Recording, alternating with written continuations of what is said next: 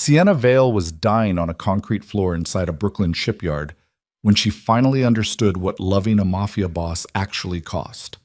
Blood pooled beneath her ribs. Rain hammered through broken windows.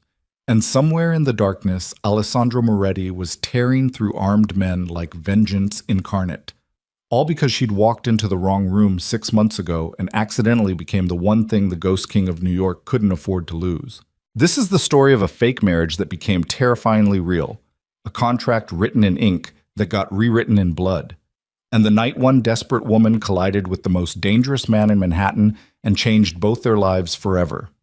If you want to see how far a mafia boss will go when someone finally breaks through the monster, stay until the end. And hit that like button. Drop a comment with your city so I can see how far this story travels. Now let me take you back to where it all started. Cold rain, wrong address, and a handshake that sealed Sienna's fate. The rain came down like punishment the night Sienna Vale's life split cleanly in two before and after. She stood outside a brownstone on East 73rd Street with water soaking through her only good coat and an address scrawled on the back of a coffee-stained receipt clutched in her freezing hand. The building looked exactly like the photograph Mrs. Chen had shown her 3 days earlier. Elegant limestone facade, black iron railings, discreet brass numbers beside a glossy front door. Housekeeper position. Room and board included.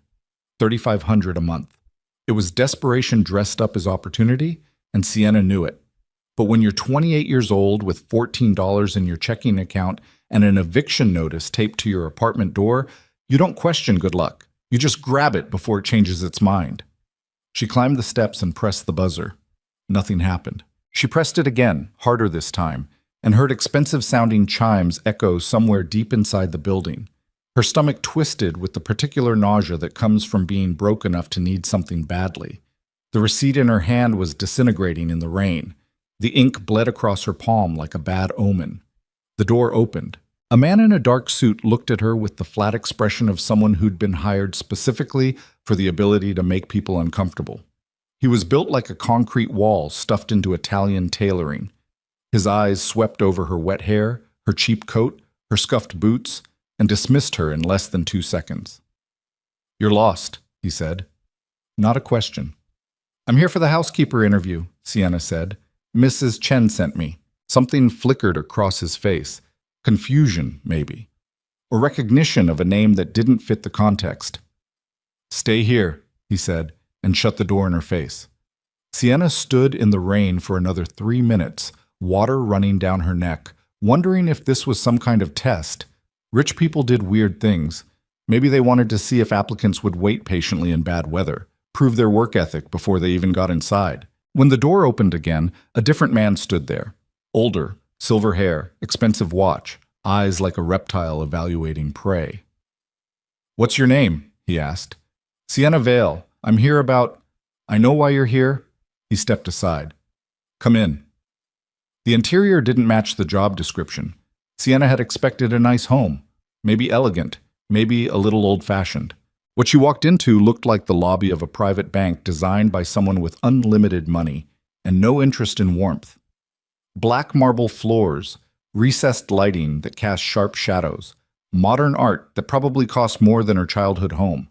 Everything gleamed with the kind of sterile perfection that suggested cleaning staff worked around the clock. This wasn't a house. It was a fortress pretending to be a residence. "Wait here," the silver-haired man said, and disappeared through a doorway.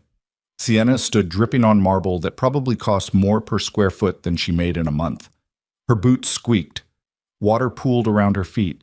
She felt like a stray dog someone had accidentally let inside. Voices drifted from somewhere deeper in the building, men talking in low tones, the kind of conversation that stops when outsiders get close. She should have left. Every instinct screaming in her gut said turn around, walk out, forget the address, pretend this never happened. But $3,500 a month, room and board, a chance to stop drowning. So Sienna stayed. The silver-haired man returned and gestured for her to follow. They walked down a corridor lined with more expensive art and through a set of double doors that opened into something between a conference room and a throne room. That's when Sienna realized she'd made a terrible mistake. 6 men sat around a table carved from a single piece of black marble. All of them wore suits that cost more than cars. All of them turned to look at her with varying expressions of confusion, amusement, and irritation. And at the head of the table, perfectly still in a charcoal suit with his hands folded in front of him like a prince receiving peasants, sat the youngest man in the room, Alessandro Moretti. Sienna didn't know his name yet, but she knew danger when she saw it. He couldn't have been older than 32, 33. Dark hair cut sharp enough to draw blood. Gray eyes the color of winter mornings. A face that would have been beautiful if it wasn't carved from ice and controlled violence. He looked at Sienna the way a surgeon looks at a problem, clinical, detached, already 3 steps ahead of everyone else in the room. "Who the fuck is this?" one of the older men asked. "She says she's here for a housekeeper interview," the silver-haired man replied. Several of the men laughed, not kindly. Alessandro didn't laugh. He just kept looking at Sienna with those gray eyes, and she felt something cold slide down her spine that had nothing to do with her wet clothes. "There's been a mistake," Sienna said. Her voice came out steadier than she expected. "I was given this address for a job interview. I'll go." She started to turn. "Stay," Alessandro said. It wasn't loud, wasn't aggressive, just a single word delivered in a voice that expected absolute obedience. Sienna stopped. "What's your name?" he asked. "Sienna Vale." "Who sent you here, Sienna Vale?" "A woman named Mrs. Chen. She said a family on the Upper East Side needed household staff." One of the men muttered something in Italian. Another one leaned back in his chair, grinning like this was the most entertaining thing that had happened all week. Alessandro held up one hand and the room went silent. "Vincent," he said, still looking at Sienna. "Explain to me how a random woman ends up in our headquarters asking about housework." The silver-haired man, Vincent, shifted his weight. "I'm handling it. That's not an explanation." "Someone fucked up an address," another man offered. "Probably that new scheduling girl. I told you hiring outside the family was—" "Enough!" Alessandro stood. "Everyone out." "Boss, we're in the middle of—" "Out." The room emptied in less than 30 seconds. The men filed past Sienna without looking at her, which somehow felt worse than if they'd stared. Vincent was the last to leave. He paused at the door like he wanted to say something, then thought better of it and disappeared. The door clicked shut. Sienna was alone with Alessandro Moretti. He walked around the table slowly, hands in his pockets, studying her the way someone studies a puzzle they haven't decided whether to solve or throw away. "You have no idea where you are, do you?" he asked. "A very expensive house," Sienna said. "Do you follow the news, Sienna?" "Not really." "Do you know what the Moretti name means in this city?" Something in his tone made her stomach drop. "Should I?" Alessandro smiled. It didn't reach his eyes.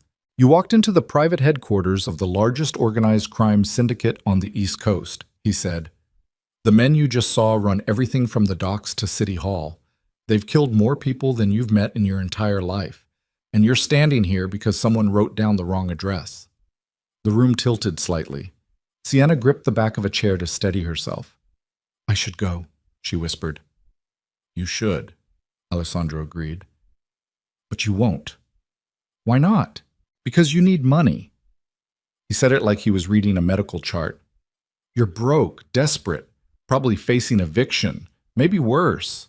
You took a job interview from a stranger because you didn't have better options, and now you're calculating whether being terrified is worth whatever salary you were promised." Sienna's throat went dry. He wasn't guessing. He knew. "I'll forget this happened," she said. "Will you?" "Yes." Alessandro tilted his head slightly, still studying her. "You're a terrible liar," he said, "but I believe you'd try." He walked back to his chair and sat down, gesturing for Sienna to take the seat across from him. When she hesitated, he added, "Relax. If I wanted you dead, you'd be dead. Sit." Sienna sat. The chair was leather and probably cost more than her entire year's rent. She perched on the edge like it might explode. Alessandro leaned back, fingers steepled beneath his chin. "I'm going to offer you something," he said, "and I need you to listen very carefully before you respond. I need a wife." The words hung in the air like smoke. Sienna stared at him. "Excuse me?" "Not a real wife," Alessandro clarified. "A contract, 6 months. You play the role convincingly, and I pay you enough money to solve whatever financial problems brought you here tonight. This is insane. This is business." Sienna laughed. It came out sharp and slightly hysterical. "You don't even know me." "I know enough. You're desperate but not stupid. Scared but still standing here. You walked into a room full of criminals and didn't scream or faint or call the police. That's more spine than most people have. I thought it was a housekeeper interview. And now you know it isn't." Alessandro leaned forward. "I'm going to be very clear with you, Sienna. The men you saw in this room are getting old, traditional. They believe the head of this organization needs a wife, stability, and heir. Without that, they question my leadership. They start making moves. And when mafia families start questioning leadership, people die. So get married. Find someone in this world?" Alessandro's smile turned cold. "Every woman connected to organized crime comes with a family, alliances, expectations. Marrying inside the life means creating new power structures I don't control. I need someone clean, someone with no connections, someone I can trust to disappear when the contract ends." "You don't trust me." "I don't trust anyone. But you're not ambitious enough to be dangerous, and you're desperate enough to be controllable." It should have sounded insulting. It just sounded true. Sienna shook her head. "This is crazy. I can't. $500,000. The number hit her like cold water. "What?" "6 months, you move into my penthouse, attend events, play the role of my fiancée, and then wife. You smile for cameras, wear expensive clothes, and make the traditionalists happy. At the end of 6 months, we divorce quietly. You walk away with $500,000, a new identity if you want one, and enough distance from New York that no one will ever connect you to this again." Sienna's hands were shaking. $500,000, $500,000. She could pay off her debts, leave the city, start over somewhere nobody knew her name or her failures. "Why me?" she asked. "Wrong place, wrong time," Alessandro said. "But sometimes accidents are useful. You have no ties to this world, no family in the city, no boyfriend based on your body language. You're invisible enough to be safe and pretty enough to be believable. And if I say no, then you leave. Vincent will drive you home. You forget this address, and we both pretend tonight never happened." Just like that? Alessandro's expression didn't change. "I'm a businessman, Sienna, not a monster. You're not a threat. You're a mistake. I'm offering to turn that mistake into an opportunity for both of us." She should have said no. Should have run. Should have listened to every survival instinct screaming in her head. But $500,000, 6 months, and a chance to stop drowning. "If I say yes," Sienna said slowly, "how do I know you won't kill me when it's over?" "You don't." Alessandro stood and extended his hand. "But if I wanted to kill you, you'd already be dead. I need you alive, I need you convincing, and I need you to decide right now, because the longer you sit in this building, the more dangerous it becomes for both of us." Sienna looked at his hand, looked at his face, looked at the door she could still walk through. $500,000. She stood up and shook his hand. His grip was firm, warm, and absolutely certain. 6 months, Sienna said. 6 months, Alessandro agreed. And just like that, Sienna Vale stopped being nobody and became the future wife of the most dangerous man in New York. The contract arrived the next morning. Sienna sat in her tiny studio apartment, the one she'd be evicted from in 9 days, and read through 43 pages of legal language that basically said, "Pretend to love me, don't betray me, survive 6 months, get paid." There were rules. No contact with former friends or family during the contract period. No romantic relationships with anyone else. No interviews, social media posts, or public statements without approval. Attend all required events. Behave appropriately. Maintain the illusion. At the bottom of the last page, Alessandro had signed in black ink. Below his signature was a blank line for hers. Sienna's hand hovered over the paper. This was insane. Illegal, probably. Definitely dangerous. But when she looked around her apartment, at the water stain on the ceiling, the secondhand furniture, the stack of unpaid bills on the counter, she couldn't think of a single good reason to say no. So she signed. 2 hours later, a black car pulled up outside her building. The driver didn't introduce himself, just loaded her 2 suitcases into the trunk and drove her across the city to a building she'd only ever seen in magazines. The Moretti Tower. 68 floors of steel and glass overlooking Central Park. Alessandro owned the top 5. The elevator required a key card and a fingerprint scan. It moved so smoothly, Sienna couldn't tell they were rising until the numbers on the display started climbing past 40. When the doors opened, she stepped directly into the penthouse. Calling it an apartment felt insulting. Floor-to-ceiling windows overlooked Manhattan, like the city was a toy Alessandro had purchased and displayed. The furniture looked designed by someone who understood exactly how much empty space communicated power. Everything was sharp angles, dark colors, and controlled elegance. A woman in her 50s appeared from a side hallway. "Miss Vale, I'm Elena. I manage the household." She had a slight accent, Russian maybe, and the demeanor of someone who'd seen everything and judged most of it. "Your rooms are this way." Sienna followed her through a corridor past a kitchen bigger than her entire apartment, a dining room that could seat 20, and a library that looked like it had never been touched. Her bedroom was at the end of the hall. It was twice the size of her studio. King bed, private bathroom, walk-in closet, windows overlooking the park. "Mr. Moretti's room is at the opposite end of the penthouse," Elena said. "You have your own space. He values privacy." "Where is he?" Sienna asked. "Working. He's always working." Elena handed her a phone. "This is yours. It has one contact programmed, Vincent. He handles security and scheduling. If you need anything, call him. If you have questions, call him. If you leave this building without permission, call him first." "I'm a prisoner?" Elena's expression didn't change. "You're protected. There's a difference. Dinner's at 7. Dress appropriately." She left. Sienna stood alone in her new bedroom and tried to process what she'd done. 6 months, $500,000. How hard could it be, Mom? Dinner was terrifying. Alessandro sat at one end of a table designed for 12. Sienna sat at the other end. 20 feet of polished wood separated them. Elena served food that probably cost more than Sienna used to spend on groceries in a month. Everything was perfectly plated, elegantly presented, and tasted like absolutely nothing because Sienna's stomach was clenched too tight to appreciate it. Alessandro ate in silence. Sienna pushed food around her plate and tried not to stare at him. In better lighting, he was even more unsettling than he'd been the night before. The kind of handsome that didn't invite warmth. Sharp cheekbones, strong jaw, gray eyes that gave away absolutely nothing. He wore a black shirt with the sleeves rolled to his elbows, and Sienna noticed scars on his forearms, thin white lines that looked like they'd been put there on purpose. "You're staring," Alessandro said without looking up. Sienna's face heated. "Sorry."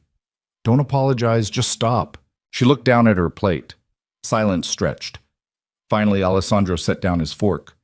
"Tomorrow night, there's a charity gala at the Metropolitan Museum," he said. "You'll attend with me. Vincent will take you shopping in the morning. Get whatever you need. Dress, shoes, jewelry. There's no budget." "What kind of gala?" "The kind where people with too much money pretend to care about art while making deals in corners." He picked up his wine glass. "You'll smile, hold my arm, and let me introduce you as my fiancé. Can you do that?" "I don't know how to act like what?" "Like someone who belongs at a Metropolitan Museum gala." Alessandro's mouth curved slightly. Not quite a smile. "You don't belong. That's the point. You're new, unexpected, a mystery. Let them wonder who you are and why I chose you. That's more interesting than anything you could say. What if someone asked me questions?" "Keep your answer short. Smile. Redirect to me." He stood. "This isn't complicated, Sienna. You're not performing brain surgery. You're standing next to me and looking like you want to be there. And if I mess up, then we adjust." He walked toward the hallway. "Get some sleep. Tomorrow's going to be a long day." He disappeared. Sienna sat alone at the enormous table, surrounded by wealth she'd never imagined, and wondered how long it would take before she stopped feeling like an imposter. Shopping with Vincent was surreal. He picked her up at 9 in the morning and drove her to a boutique in Soho that didn't have a sign on the door. Inside, the staff treated Vincent like royalty, and Sienna like she was already important. "Mr. Moretti called ahead," the woman managing the store said. Her name was Isabel, and she had the kind of French accent that made everything sound elegant, We've prepared several options. Several meant 24 evening gowns in a private fitting room. Sienna tried on dresses that cost more than she used to make in 6 months. Silk that felt like water. Beading that caught light like diamonds. Colors she didn't have names for. "That one," Vincent said when she stepped out in a floor-length emerald gown with a neckline that made her feel exposed and powerful at the same time. "You're sure?" "Boss will like it." "How do you know?" Vincent's expression was unreadable. "I know. They bought the dress, and shoes, and a clutch, and jewelry that Isabel insisted was costume, but looked real enough to make Sienna nervous about wearing it outside. On the drive back, Vincent spoke for the first time without being asked a question. "You seem like a decent person," he said.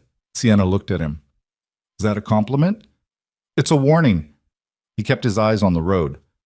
"Don't fall for him." "I'm not. I've worked for Alessandro Moretti for 8 years. I've seen him kill men without blinking. I've watched him destroy lives because it was strategically useful. He's good at what he does because he doesn't feel things the way normal people do." "Then why are you warning me?" Vincent glanced at her. "Because you're not like the people he usually deals with, and I don't want to watch him break you when this is over." The car pulled up outside Moretti Tower. Vincent handed her the shopping bags. 6 months?" he said. "Keep your head down, play the role, take the money and disappear. Don't make it complicated." Sienna nodded, but something in her chest tightened, because she was starting to realize that nothing about Alessandro Moretti was simple. That. The gala was exactly as overwhelming as Sienna had feared. She stood next to Alessandro beneath chandeliers that cost more than most houses, surrounded by people whose names appeared in Forbes and gossip columns.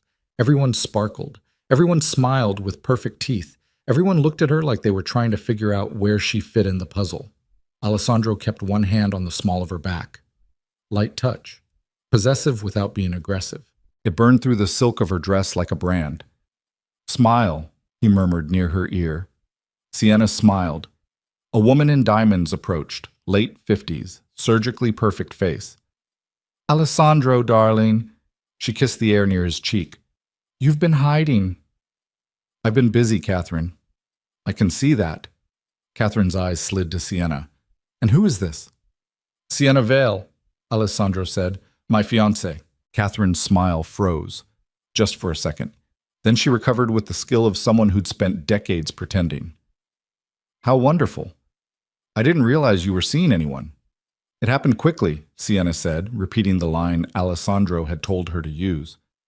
"How modern." Catherine's gaze sharpened. "And what do you do, Sienna?" "I'm transitioning careers," Sienna said. Another scripted answer. "From what to what?" Alessandro's hand tightened slightly on Sienna's back. "Catherine, you'll have to excuse us," he said smoothly. "I promised Sienna a tour of the new wing." They moved away. Sienna's heart hammered. "Did I mess up?" she whispered. "No, Catherine's a shark. She smells uncertainty." Alessandro guided her toward a quieter corner. "You did fine." "She hated me." "She hates everyone. Don't take it personally." They spent the next 2 hours circulating through the crowd. Alessandro introduced Sienna to dozens of people whose names blurred together. Politicians, businessmen, society wives. Everyone smiled. Everyone made polite conversation. And everyone looked at Sienna like she was a problem they couldn't quite figure out. By 10 o'clock, her feet hurt and her face ached from smiling. Alessandro seemed to sense it. "Let's go," he said. They were halfway to the exit when a man stepped into their path. Tall, broad-shouldered, dark suit. Handsome in the same dangerous way Alessandro was handsome, but rougher, less controlled. "Leaving already?" the man asked. Alessandro's entire posture changed, subtle, but Sienna felt it, tension coiling beneath expensive fabric. "Marco," Alessandro said, flat, cold. Marco grinned. "Aren't you going to introduce me to your mystery woman?" "No." "Come on, boss, we're family." Something flickered in Alessandro's eyes, something violent, but his voice stayed calm. "Sienna, this is Marco DeLuca, my underboss." Marco extended his hand. "Pleasure." Sienna shook it. His grip lingered too long. "You're a surprise," Marco said, still holding her hand. Alessandro doesn't usually bring dates to public events. I'm not a date, Sienna said. I'm his fiancée. Marco's smile widened. Even more surprising. Alessandro stepped between them, breaking the handshake. We're leaving, he said. Marco raised both hands in mock surrender. Enjoy your night. He walked away. Sienna felt Alessandro's hand tighten on her back again as they headed for the exit. In the car, he stared out the window, jaw tight, saying nothing. Did I do something wrong? Sienna asked. No. Then why are you… Marco's ambitious, Alessandro said. He thinks I'm weak because I'm young. He's waiting for me to make a mistake. And showing up with me is a mistake? Alessandro looked at her. Showing up with you is either the smartest thing I've ever done or the most dangerous. I haven't decided which yet. The car pulled up outside Moretti Tower. They rode the elevator in silence. When the doors opened into the penthouse, Alessandro headed straight for his office without saying goodnight. Sienna stood alone in the massive living room and wondered what the hell she'd gotten herself into. The next 3 weeks moved in a blur. Sienna's days became a strange routine. Mornings alone in the penthouse while Alessandro worked. Afternoons with Vincent, learning how to navigate Alessandro's world. Evenings at dinners, galas, charity events, always on Alessandro's arm. She learned how to smile without meaning it, how to deflect questions, how to stand next to Alessandro Moretti and look like she belonged there. But late at night, when the penthouse was dark and silent, Sienna lay awake in her enormous bed and felt the weight of the lie pressing down on her chest. She was playing a role, living a life that wasn't hers, and slowly, terrifyingly, it was starting to feel real. Alessandro remained distant, polite but cold. He spoke to her when necessary, touched her when appearances demanded it, and otherwise treated her like an employee he'd hired to solve a problem, which was exactly what she was. Until the night everything changed. Sienna woke up at 3 a.m. to the sound of something breaking. She lay in bed, heart pounding, trying to decide if she'd imagined it. Then she heard it again. Glass shattering. She got up and moved quietly down the hallway. Light spilled from beneath Alessandro's office door. Sienna hesitated, then knocked softly. Go away, Alessandro's voice said. She opened the door anyway. Alessandro stood behind his desk with a tumbler of whiskey in one hand and broken glass scattered across the floor near the far wall. He'd thrown something, hard. He looked at her with eyes that were too bright and too empty at the same time. I said go away. You're bleeding, Sienna said. Alessandro glanced down at his hand. Blood dripped from a cut across his palm, where he'd apparently gripped broken glass without noticing. It's fine. It's not fine. Sienna crossed the room and took his hand before he could pull away. The cut wasn't deep, but it was messy. She grabbed a clean handkerchief from his desk and wrapped it around his palm, applying pressure. Alessandro stared at her like she'd done something incomprehensible. Why are you here? He asked. I heard breaking glass. I meant, why are you here? In this penthouse, in this life. He pulled his hand away. You should have walked out that first night and never looked back. I needed the money. Everyone needs money. Not everyone signs a contract with a criminal. Sienna met his eyes. You're not a monster, Alessandro. He laughed, sharp and bitter. Yes, I am. Then why haven't you hurt me? Because you're useful. Bullshit! The word hung in the air between them. Alessandro's expression shifted. Something dangerous flickered beneath the surface. You don't know anything about me, he said quietly. I know you don't sleep. I know you drink alone in your office at 3 a.m. I know you throw things when you're angry because it's safer than hitting people. Sienna took a step closer. And I know you hate this life as much as I'm starting to. You don't hate it. You're just scared. So are you. Alessandro moved so fast she didn't see it coming. 1 second he was behind his desk. The next he was in front of her, close enough that she could smell whiskey and expensive cologne and something darker underneath. I'm not scared of anything, he said. Then why are your hands shaking? He looked down. His hands were shaking. Something in Alessandro's face cracked, just for a second.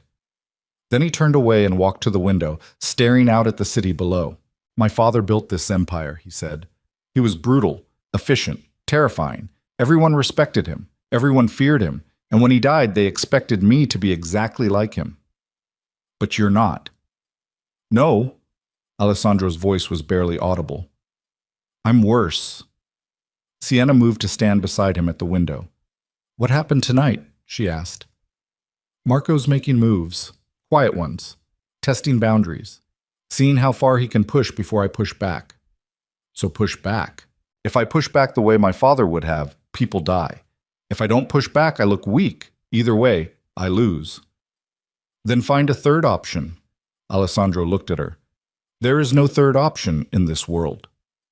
Then maybe you're in the wrong world. The words came out before Sienna could stop them.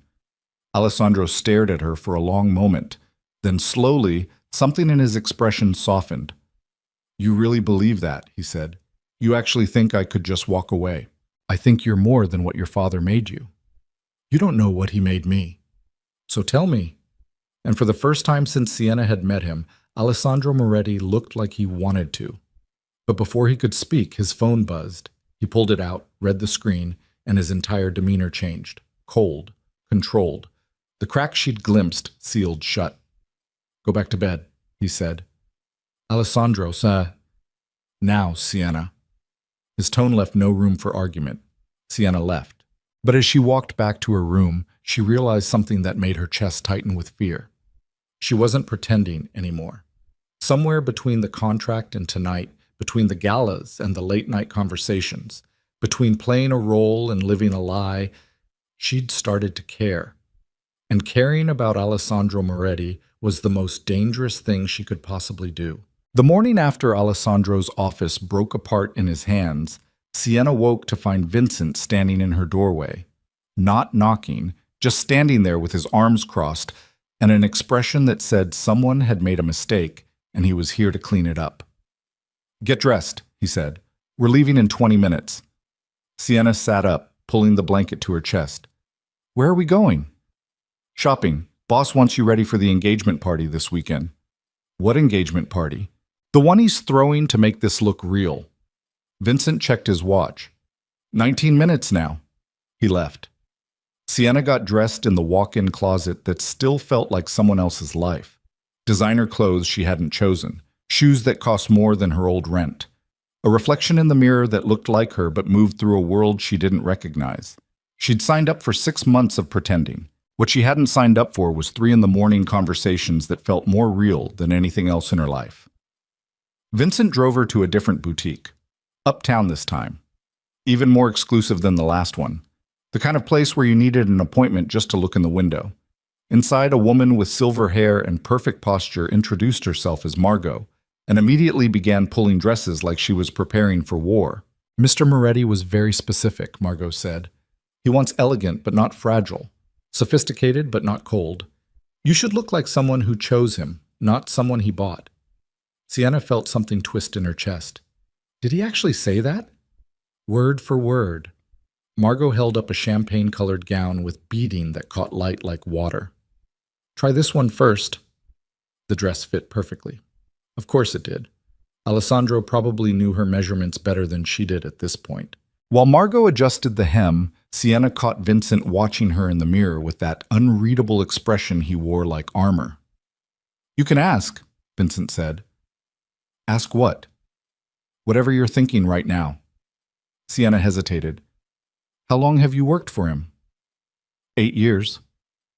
Have you ever seen him with anyone else? Before me? Vincent's jaw tightened slightly. You mean women? I mean anyone, someone he cared about. Boss doesn't care about people. He uses them. That's not an answer. Vincent looked at her for a long moment. There was someone, 5 years ago, Francesca. Daughter of a politician who didn't know Alessandro's last name meant blood money. She thought he was just a businessman. What happened? She found out what he really was. Left in the middle of the night. Didn't even pack a bag. Vincent's voice stayed flat. Alessandro didn't chase her, didn't try to explain, just watched her go and never mentioned her again. Sienna's throat felt tight. Did he love her? I don't know if he's capable of that. But you stayed. 8 years. That means something. Vincent's expression shifted. Something almost like respect flickered across his face. Boss saved my life once, he said quietly. Didn't have to. Didn't gain anything from it. He just did it because it was the right move at the time. That's who Alessandro Moretti is. He makes calculated decisions that sometimes look like kindness. Don't mistake strategy for feelings. Margot returned with shoes and jewelry. Vincent stepped back, but his words stayed with Sienna like a warning she couldn't shake. The engagement party happened on a Saturday night in the ballroom of a hotel that probably hosted more illegal deals than weddings. Sienna stood in front of the mirror in her champagne gown, while Elena fixed her hair into something elegant and painful. "You look beautiful," Elena said.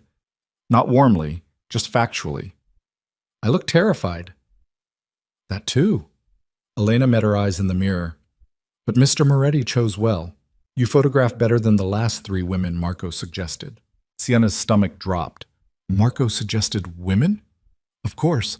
Underbosses always try to plant their own people close to power. It's tradition. Elena pinned the last curl into place. But Alessandro chose you instead. That makes you either very lucky or very dangerous. I haven't decided which. A knock at the door. Alessandro stepped in wearing a tuxedo that probably cost more than a car and looked like violence wrapped in silk. His gray eyes swept over Sienna once, clinical and assessing, before he nodded. "Perfect," he said. "Not you look perfect, just perfect. Like she was a problem he'd solved correctly." "We need to talk about tonight," Alessandro said. He dismissed Elena with a gesture and closed the door. "There will be over 200 people downstairs. Half of them work for me. The other half want to see if you're real or if I'm bluffing." "I'm real," Sienna said. "Are you?" Alessandro moved closer. "Because right now you look like you're about to run." "I'm not running." "Good. Because running makes you look weak. And if you look weak, I look weak. And if I look weak, men like Marco start making moves."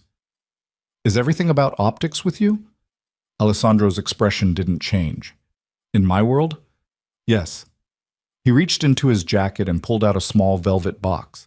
Sienna's heart hammered. Alessandro opened it. Inside was a ring that probably cost more than most houses. Platinum band, diamond that caught light like a weapon. "Give me your hand," Alessandro said.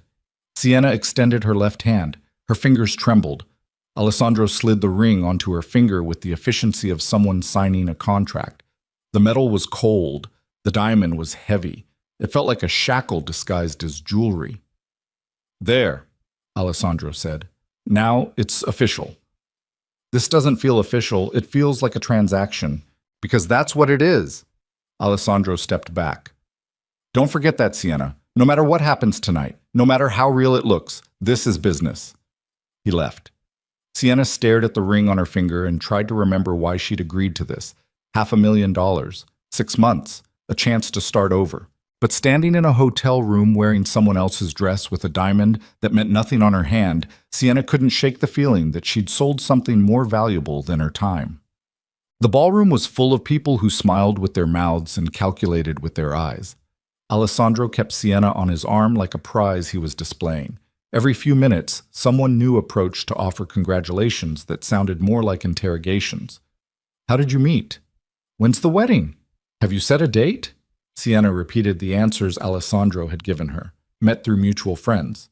Wedding next spring. Still planning the details." All lies delivered with a smile that made her face ache. Across the room, Marco De Luca watched with an expression that made Sienna's skin crawl. He wasn't celebrating. He was studying, looking for cracks in the performance. Around midnight, Alessandro excused himself to handle something with Vincent. Sienna stood alone near the bar, suddenly exposed without him beside her.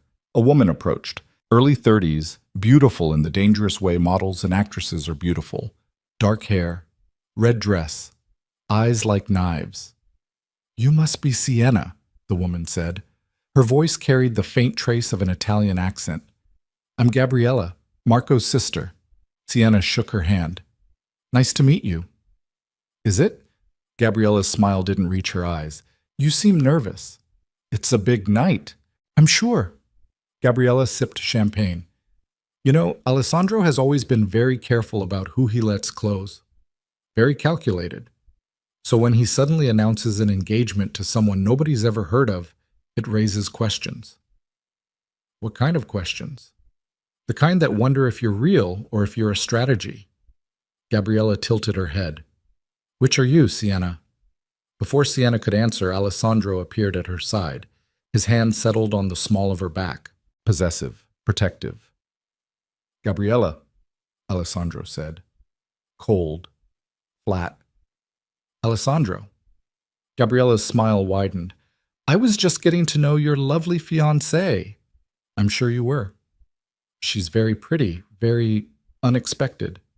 That's the appeal. Gabriella laughed, sharp and brittle.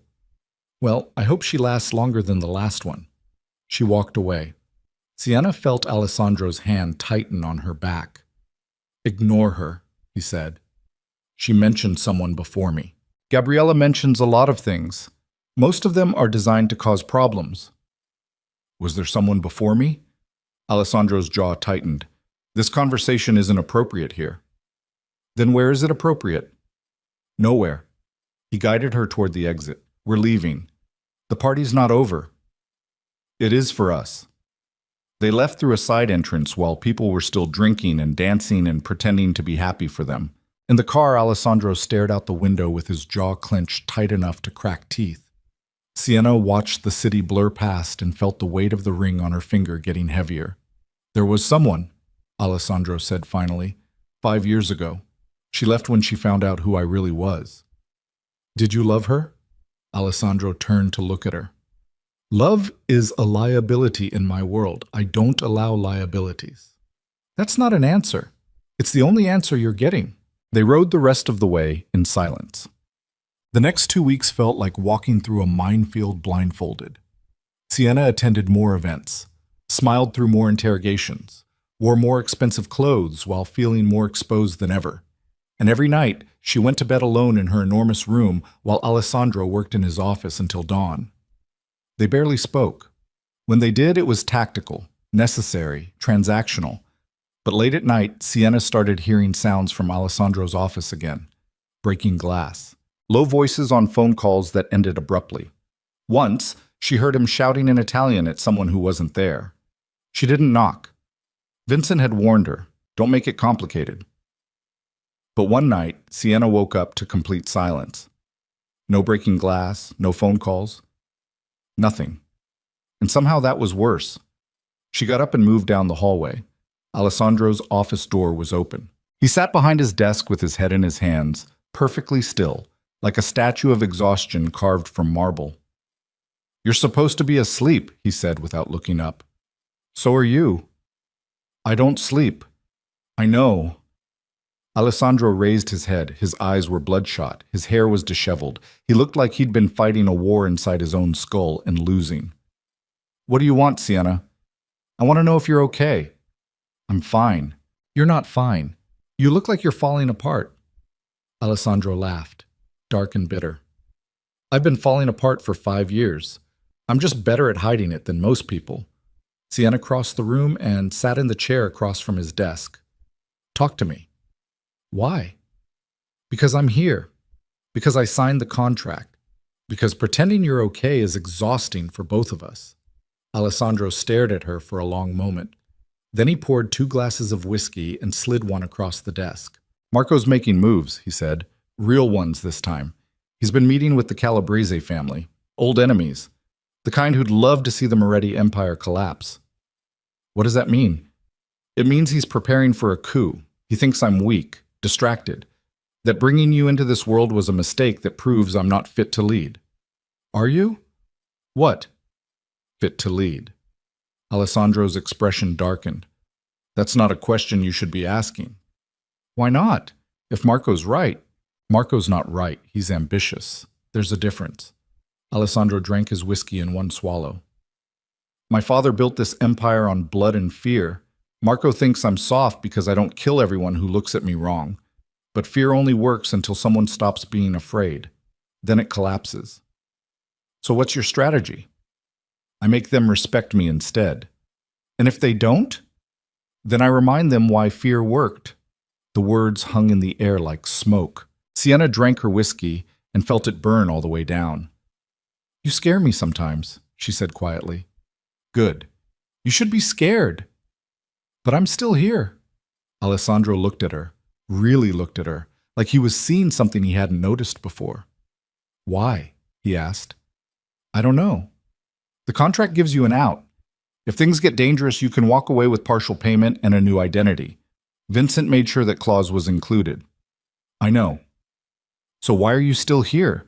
Sienna met his eyes. Because you're not the monster everyone thinks you are. Alessandro stood abruptly. You don't know what I am? Then show me. Why? Because I'm tired of pretending I don't care. The words came out raw and unfiltered. Sienna hadn't meant to say them, but now they were out there, hanging between them like a confession. Alessandro moved around the desk slowly, predatory, controlled. He stopped in front of her chair. You care, he said. Not a question. I'm not supposed to. No, you're not. But I do. Alessandro's hand came up to touch her face. His thumb brushed her cheekbone with surprising gentleness. That's the most dangerous thing you could possibly do, he said softly. I know. You should leave right now, before this gets worse. I'm not leaving. Why not? Sienna stood. They were inches apart now, close enough that she could feel the heat coming off him, close enough to see the scars on his knuckles, close enough to smell expensive cologne and whiskey and something darker underneath. Because you need someone who isn't afraid of you, she said. Everyone's afraid of me. I'm not. You should be. But I'm not. Alessandro's hand slid to the back of her neck. His grip was firm but not violent, controlled but barely. If I kiss you right now, he said, voice low and dangerous, this stops being a contract. I know. Everything changes. I know. You could still walk away. So could you. Alessandro's eyes searched hers, looking for doubt, looking for fear, looking for a reason to stop. He didn't find one. His mouth came down on hers hard and desperate, and absolutely nothing like the staged kisses they'd performed for cameras. This was real. This was dangerous. This was the line they'd just crossed with no way back. When they finally broke apart, both of them breathing hard, Alessandro pressed his forehead against hers.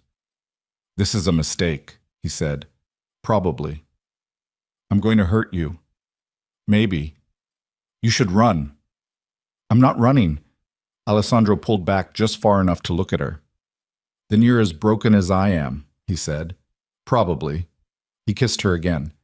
Slower this time, like he was memorizing something he knew wouldn't last. And somewhere in the back of Sienna's mind, a voice whispered that Vincent had been right.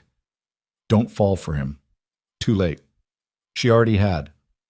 Everything changed after that night. Not publicly. They still attended events, still played the role of the perfectly engaged couple. But privately, in the penthouse when no one was watching, the walls between them crumbled.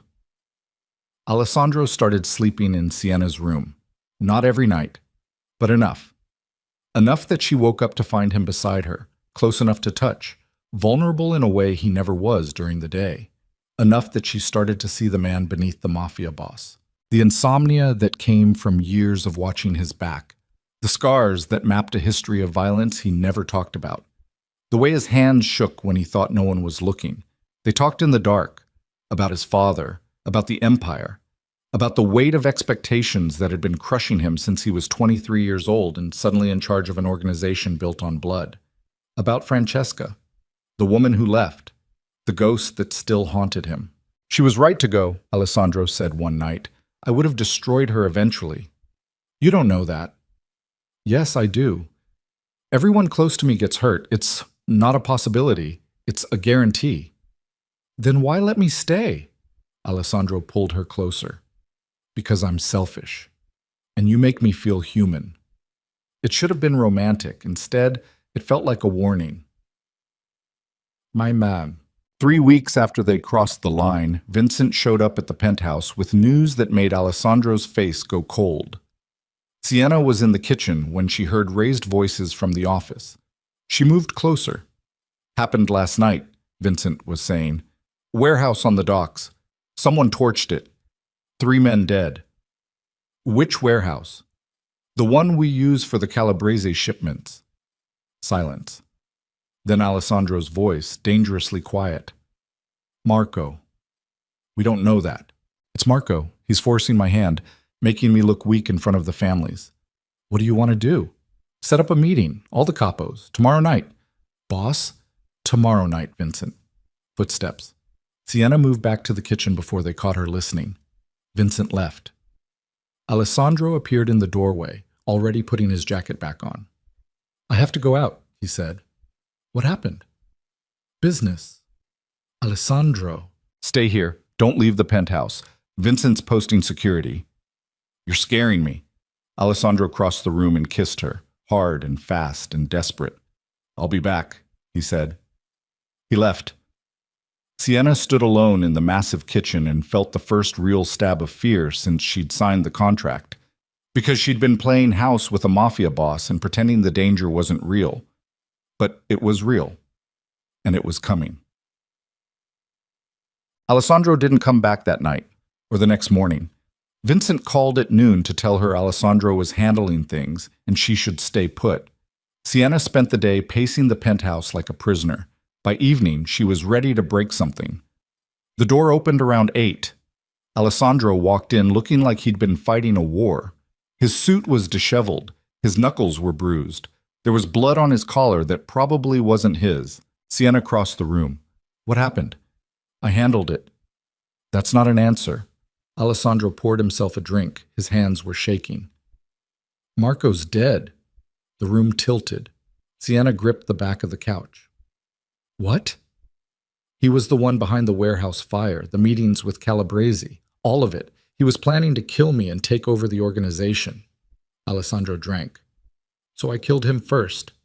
You? I shot him in a warehouse in Brooklyn in front of 15 witnesses.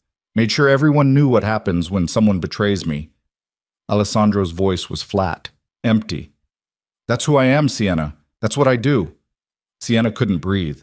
She'd known Alessandro was dangerous, known he was violent, but hearing him say it so casually, so matter-of-factly, made it real in a way nothing else had.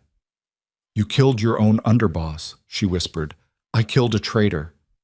Is there a difference? In my world? No. Alessandro set down his glass and looked at her with eyes that were too calm and too empty. This is what I warned you about, he said quietly. This is why everyone leaves eventually, because loving me means accepting that I'm capable of this. Don't lie. You love me. I can see it. He moved closer. And that's going to destroy you, because I can't change what I am. I can't stop being the man who kills people when they become problems. Sienna's eyes burned. So what am I supposed to do? Leave. Take the money. Start over somewhere I can't hurt you.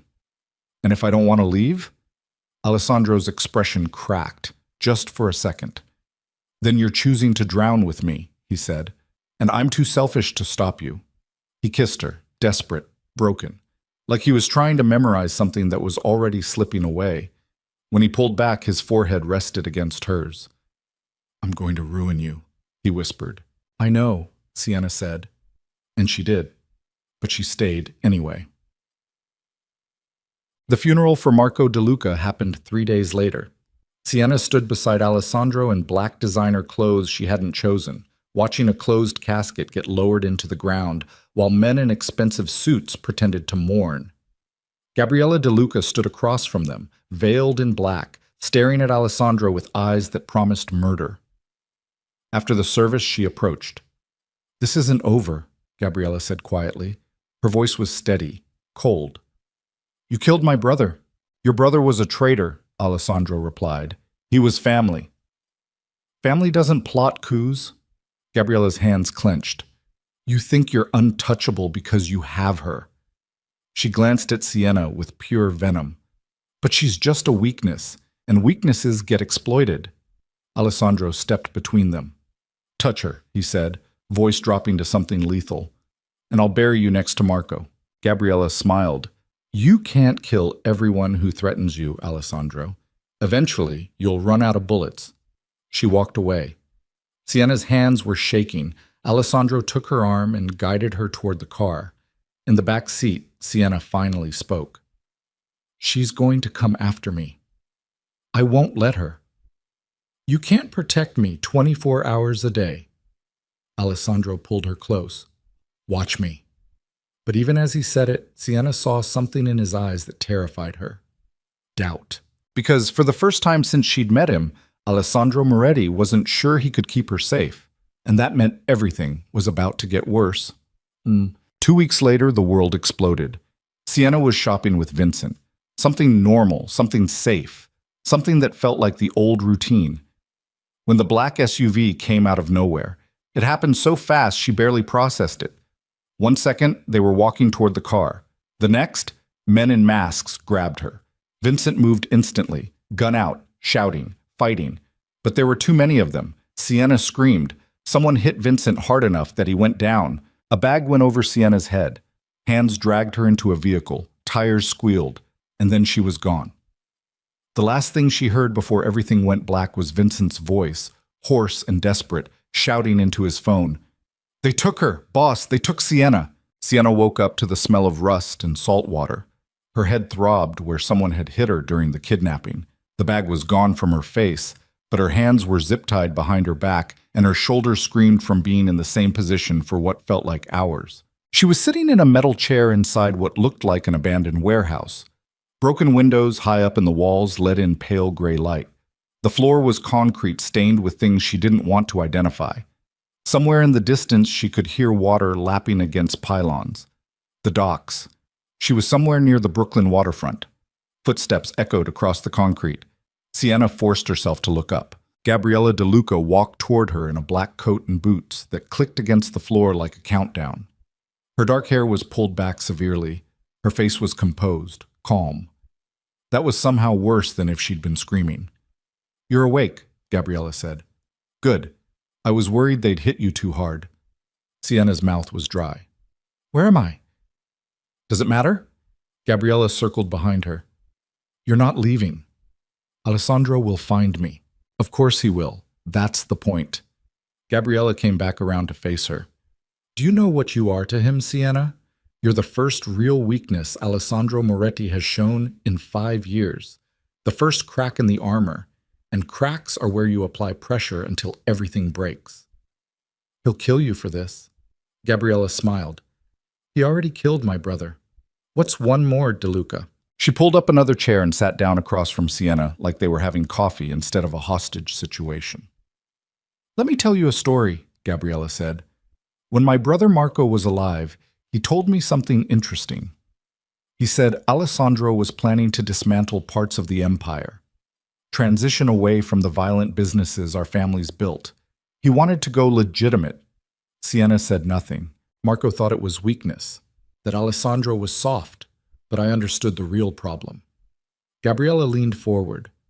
Alessandro Moretti doesn't want to be what his father made him. He wants out. And you're the excuse he's been looking for. That's not... Don't lie to me, Gabriella's voice went cold.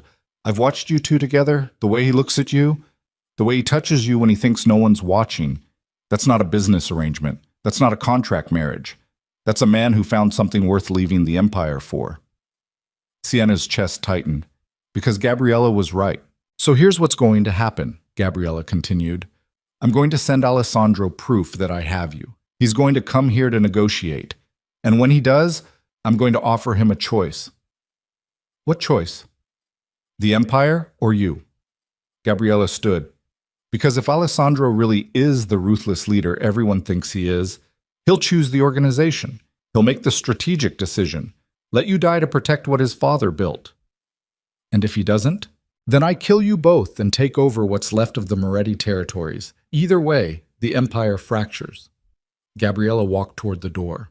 Marco was an idiot who thought violence was the only path to power, but I understand something he never did. The best way to destroy a king isn't to attack him directly. It's to take away the one thing that makes him want to keep fighting. She stopped at the door and looked back. You're that thing, Sienna, and by the time this is over, Alessandro's going to hate you for it. The door slammed shut. Sienna sat alone in the empty warehouse and felt fear turn into something colder. Calculation. Because Gabriella had made one critical mistake. She thought Sienna was just a victim waiting to be rescued.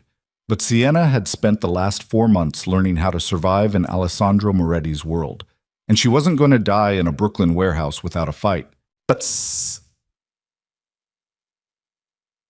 Alessandro got the video 2 hours after Sienna was taken. He was in his office when Vincent's phone buzzed with an encrypted message. The older man's face went pale as he opened it. "Boss," Vincent said quietly, "you need to see this." Alessandro took the phone. The video showed Sienna tied to a chair in a warehouse he recognized immediately. The old Calabrese shipping facility. The one Marco had been using for his side deals before Alessandro put a bullet in his head. Gabriella De Luca stepped into frame. "Hello, Alessandro," she said to the camera. "I have something that belongs to you. If you want her back, come to the Calabrese warehouse. Alone. You have 4 hours. If you bring anyone with you, she dies. If you're late, she dies. If you call the police, she dies." The video cut off. Alessandro set the phone down with hands that didn't shake because he couldn't afford to let them shake. "It's a trap," Vincent said. "Obviously. She's going to kill you both." "Probably." Vincent moved closer. "Boss, we can handle this strategically. Call in the family, surround the warehouse. Extract Sienna by force. And risk Gabriella executing her the second she hears helicopters? It's better than walking into an ambush alone." Alessandro stood and walked to the window overlooking the city. Manhattan glittered beneath him like a kingdom he'd inherited and never wanted. "My father would have let her die," Alessandro said quietly. "He would have made the strategic choice, protected the empire. That's what a real leader does." "You're not your father." "No, I'm worse." Alessandro turned back. "Because my father never would have been stupid enough to fall in love with a woman he was supposed to be using as cover." Vincent's expression shifted. "Boss, I love her, Vincent. I don't know when it happened. Probably the first time she looked at me like I was human instead of a weapon. Maybe the night she refused to leave even after I told her I'd destroy her." Alessandro's voice stayed flat, controlled. "And now Gabriella's going to use that against me. So what do you want to do?" Alessandro pulled his gun from the desk drawer and checked the magazine. "I'm going to get her back." "Alone?" "Alone. That's suicide." "Then it's suicide." Alessandro looked at his oldest friend. "But I'm not letting her die because I was too much of a coward to walk into a trap." Vincent stared at him for a long moment. Then he reached into his own jacket and pulled out a second gun. "If you're going," Vincent said, "I'm going with you." "I told you." "I know what you told me. I'm coming anyway." Vincent's jaw set. "You saved my life 8 years ago. I'm not letting you throw yours away without backup." Alessandro almost smiled. "You're fired. Fire me after we get her back." They walked out together. The warehouse was exactly as threatening as Sienna expected. She'd been alone for over an hour, trying to work the zip ties loose against the metal chair. Her wrists were bleeding. The plastic had barely budged. She was starting to panic when the door opened again. But it wasn't Gabriella. It was a man Sienna had never seen before. Late 40s, expensive suit, cold eyes. He pulled up a chair and sat down. "My name is Thomas Calabrese," he said, "and I'm the reason you're still alive." Sienna's heart hammered. "I don't understand." "Gabriella wanted to kill you immediately. Send Alessandro your body as a message. But I convinced her you're worth more alive." Thomas smiled. "At least until we're done with you." "Done with me?" "You're going to help us destroy Alessandro Moretti." "I'm not helping you do anything." Thomas pulled out a phone and showed her a photograph. It was grainy, security camera footage from somewhere public. But Sienna recognized the woman in the image immediately. Her sister. "Her name is Rebecca, isn't it?" Thomas said. "She lives in Boston, works at a hospital, has a 6-year-old daughter named Emma who just started first grade." Ice flooded Sienna's veins. "You touch them. We won't, as long as you cooperate." Thomas put the phone away. "Here's what's going to happen. Alessandro will arrive in approximately 2 hours. When he does, you're going to tell him you want out, that you can't handle this life, that you're leaving him. He won't believe me. Make him believe you. Sell it. Break his heart." Thomas leaned forward. "Because if he thinks you're leaving voluntarily, he'll let you go. And the second he's emotionally compromised, Gabriella will have him killed. And if I refuse? Then your sister and her daughter have a very unfortunate accident." Thomas stood. You have 2 hours to decide if Alessandro Moretti is worth their lives. He left. Sienna sat alone in the warehouse and felt something inside her chest crack apart because she'd been kidnapped, threatened, tied to a chair in a building that smelled like death. But none of that compared to the choice she was facing now.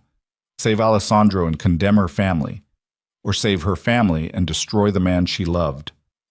Alessandro arrived exactly on time. The warehouse door opened and he walked in alone, hands visible, no visible weapons. But Sienna knew him well enough by now to know he was armed. She could see it in the way he moved, the controlled precision that meant he was ready to kill everyone in the building if necessary. His eyes found her immediately. Something in his expression broke, just for a second. Then the mask came back. "Let her go, Gabriella," Alessandro said. His voice echoed in the empty space. Gabriella stepped out from behind a stack of crates with 4 armed men flanking her. "I don't think so," she said. "Not yet. I came alone, like you asked." "Did you?" Gabriella smiled. "Or is Vincent positioned on a rooftop somewhere with a sniper rifle?" "Vincent's not here." "Prove it." Alessandro spread his arms. "Search me." One of Gabriella's men moved forward and patted Alessandro down roughly. He found 2 guns, a knife, and what looked like a wire. The man held up the wire. "He's broadcasting." Gabriella's expression darkened. "I told you to come alone, and I told Vincent to stay in the car." Alessandro's voice stayed calm. "If I don't walk out of here in 30 minutes, he calls everyone, NYPD, FBI. Every law enforcement agency in the city descends on this location. So you have 2 choices. Let Sienna go and disappear, or kill us both and spend the rest of your life in a federal prison." "There's a third option," Gabriella said. She gestured. Thomas Calabrese appeared from the shadows. Alessandro's entire body went rigid. "Hello, Alessandro," Thomas said. "It's been a long time." "You're supposed to be dead," Alessandro said. "Reports of my death were greatly exaggerated." Thomas smiled. "Your father thought he'd eliminated the Calabrese family 5 years ago, but he only killed my brothers. I went underground, waited, and now I'm back to finish what he started." Alessandro's jaw clenched. "This has nothing to do with Sienna." "Of course it does. She's your weakness, the thing you care about more than power." Thomas moved closer to Sienna's chair. "And we're going to use her to break you." He pulled out a gun and pressed it against Sienna's temple. She froze. Alessandro's hands clenched. "Don't." "Don't what? Pull the trigger?" Thomas laughed. "Why not? You killed Gabriella's brother. You killed my family. Seems fair. I'll give you anything you want. Money, territory, access to the trade routes." "I don't want your money, Alessandro. I want you destroyed." Thomas cocked the gun. "And the best way to destroy you is to make you watch her die." Sienna's breath came in short gasps. She could feel the cold metal against her skull, could see Alessandro standing 20 feet away with murder in his eyes and complete helplessness in his posture. This was it. This was how she died. But then she remembered the choice Thomas had given her, the ultimatum, and she made a decision. "Stop," Sienna said. Her voice came out stronger than she expected. "I'll do it." Thomas lowered the gun slightly. "Do what?" "What you asked. I'll tell him I want out. I'll make him believe it." Alessandro's eyes snapped to hers. "Sienna, don't." "I'm sorry," Sienna said. She forced herself to look at Alessandro, to meet those gray eyes that had seen through every lie she'd ever told. "I can't do this anymore. I can't be in this world. I want out." "You're lying." "I'm not." Sienna's throat burned. "I thought I could handle it, the violence, the danger, but I can't, and I'm done pretending." "Sienna, I don't love you, Alessandro." The words tasted like poison. "I never did. This was always just about the money, and now I want to take it and leave." Silence. Alessandro stared at her with an expression she couldn't read. Then he turned to Gabriella. "Let her go," he said quietly. "Just like that?" "Just like that. She wants out. Give her the money we agreed on and let her walk away." Gabriella laughed. "You actually believe her?" "It doesn't matter what I believe. She's not part of this anymore." Alessandro's voice was empty, hollow. "This is between us now." Thomas looked at Gabriella. What do you think? I think he's more broken than I expected. Gabriella gestured to one of her men. Cut her loose. The man moved forward with a knife and sliced through Sienna's zip ties. Her hands came free. Blood rushed back into her wrists. She stood on shaking legs. Go, Alessandro said without looking at her. Get out of here. Sienna took one step, then another. Every instinct screamed at her to turn around, to tell him the truth, to explain that she was lying to save her family. But Thomas's threat echoed in her mind. Rebecca. Emma. So she kept walking, walked past Alessandro without looking at him, walked toward the door. Behind her, she heard Gabriella speak. Well, that was disappointing. I thought she'd at least put up more of a fight. She's smarter than you, Alessandro said quietly. She knows when to walk away. Sienna reached the door. Her hand touched the handle. And then she heard the gunshot. She spun around. Alessandro was on the ground. Blood spread across his white shirt. Gabriella stood over him with a smoking gun. Did you really think I'd let you live? Gabriella said. After everything you've taken from me. Time stopped. Sienna watched Alessandro try to push himself up, watched him collapse, watched blood pool beneath him on the concrete floor. And something inside her snapped. She'd been playing it safe, following the rules, trying to protect everyone. But Alessandro was dying, and nothing else mattered. Sienna grabbed a piece of rusted pipe from near the door and charged back into the warehouse. She swung it at the nearest guard before he could react. The pipe connected with his skull with a sickening crack. He went down. The second guard raised his gun. Sienna dove behind a crate as bullets shattered wood and concrete. Her heart hammered. She had no plan, no training, no idea what she was doing, but she wasn't leaving him. The shooting stopped. Sienna risked a glance around the crate. Gabriella was dragging Alessandro's body toward the back of the warehouse. The remaining guards were moving to surround Sienna's position. She was trapped, and then the entire front wall of the warehouse exploded inward. But Vincent came through the door like the wrath of something ancient and merciless. He had backup. A dozen men in tactical gear flooded the warehouse. Gunfire erupted. Shouting. Chaos. Sienna stayed behind the crate with her hands over her ears and her heart trying to punch through her ribs. The shooting stopped as abruptly as it started. Heavy footsteps approached. Vincent appeared around the crate. You okay? Sienna nodded. She couldn't speak. Where's the boss? Sienna pointed. Vincent moved past her and found Alessandro lying in a spreading pool of blood with Gabriella's body beside him. She'd been shot during the raid. Boss? Vincent dropped to his knees. Stay with me. Alessandro's eyes were unfocused. His breathing was shallow. Sienna, he whispered. She's alive. She's safe. She left. No, she didn't. She's right here. Vincent looked back at Sienna. Get over here. Sienna moved on autopilot. She knelt beside Alessandro and took his hand. His blood soaked through her clothes. I'm here, she said. I'm right here. Alessandro's eyes found hers. You said you didn't love me. I lied. Tears burned down her face. They threatened my family, my sister, her daughter. I had to make you believe it. Understanding flickered in Alessandro's expression. Then pain. You should have let me die. Never. Sienna, never, she repeated, fierce, desperate. You don't get to die. Not after everything. Not after making me fall in love with you. You don't get to leave me like this. Alessandro's hand tightened on hers. Barely. But enough. Ambulance is 3 minutes out, someone shouted. Vincent pressed his jacket against the wound in Alessandro's chest. Blood soaked through immediately. Stay awake, boss. Keep your eyes open. Alessandro's eyes drifted closed. No. Sienna grabbed his face. Look at me, Alessandro. Look at me. His eyes opened, barely. I love you, Sienna said. Do you hear me? I love you.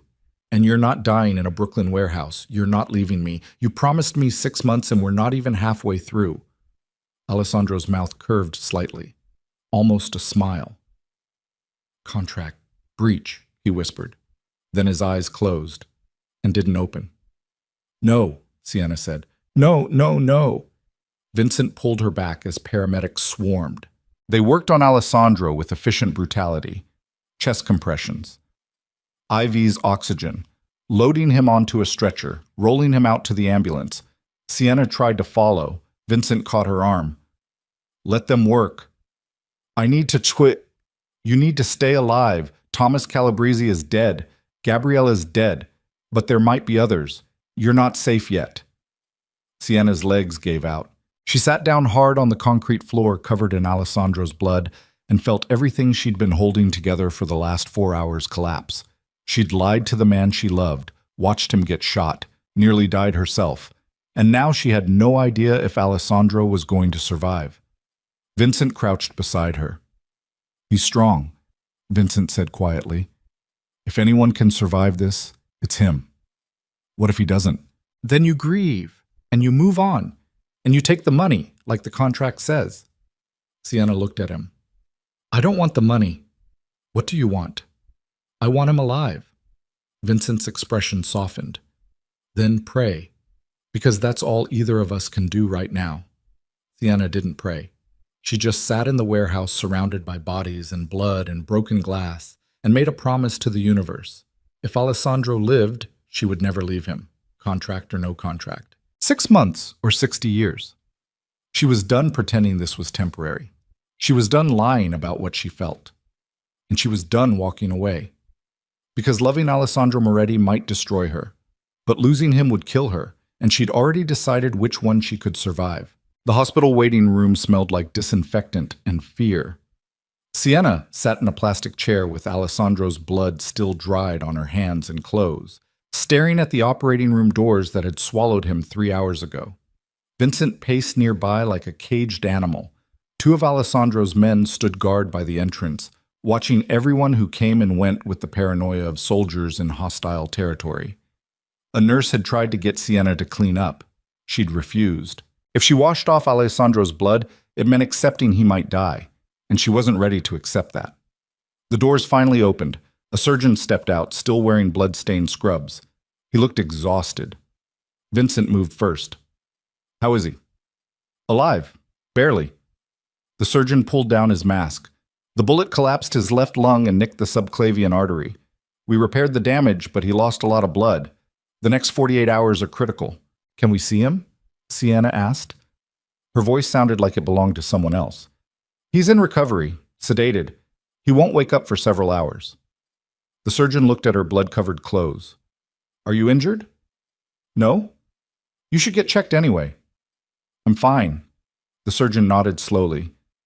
He's in ICU room 7, but only immediate family. She's his fiancée, Vincent said. The surgeon looked at Sienna's ring. The diamond caught the fluorescent light.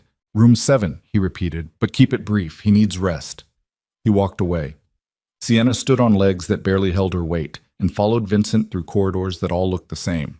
White walls, bright lights, the constant beep of machines keeping people alive.